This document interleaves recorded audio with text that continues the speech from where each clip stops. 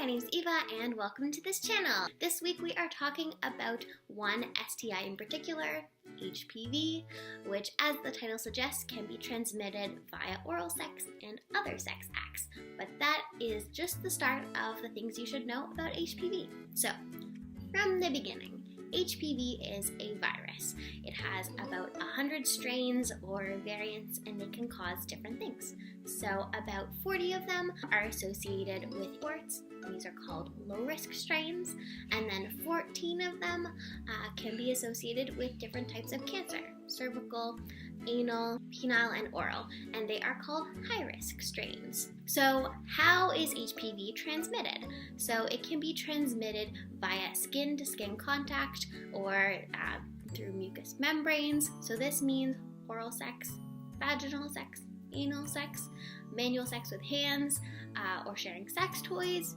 But the most common or highest risk for HPV activity is genital-to-genital contact. But it does not require the transmission of bodily fluids. So just because someone isn't going to be ejaculating on you or in you, it doesn't mean that you're not at risk for HPV.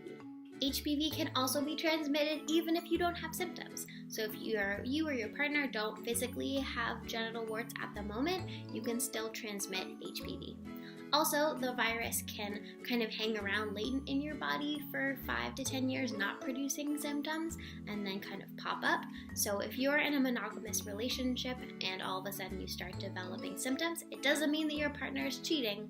It's just how the HPV virus likes to roll.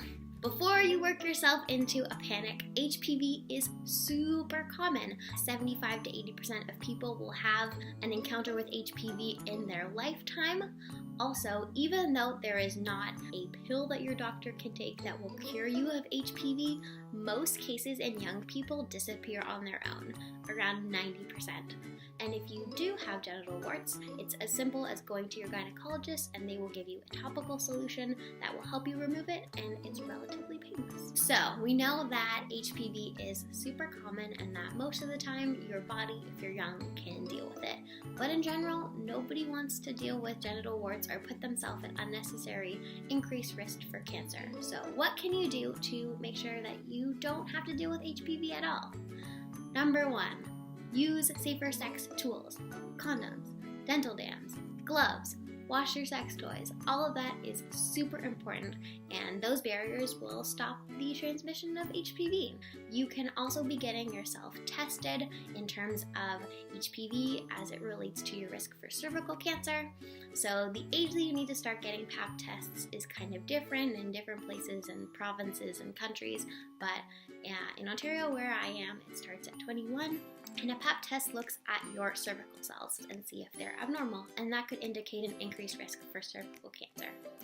Also, this amazing service, Evekit, which I did a whole video about with regards to STI testing in general, they have an at-home HPV testing service. So they actually look at if you have high-risk HPV DNA as opposed to the cells. It is recommended for people who have cervixes who are over the age of 30 because your body is less able to kind of get rid of HPV on its own. I have a whole video of me trying out the at-home test, so I'll link it places. It was a little bit uncomfortable, but really cool that it was at home and super convenient. Also, at this point, there is no test for people with penises, which is really unfortunate because it is associated with cancers that can affect people with penises. The only way people with penises you could check about HPV is that if you notice warts, if you go and talk to your doctor when you get tested for STIs, and they can diagnose you that way. Again, if you want to learn more about Evekit, I will link the video I made with them in the description.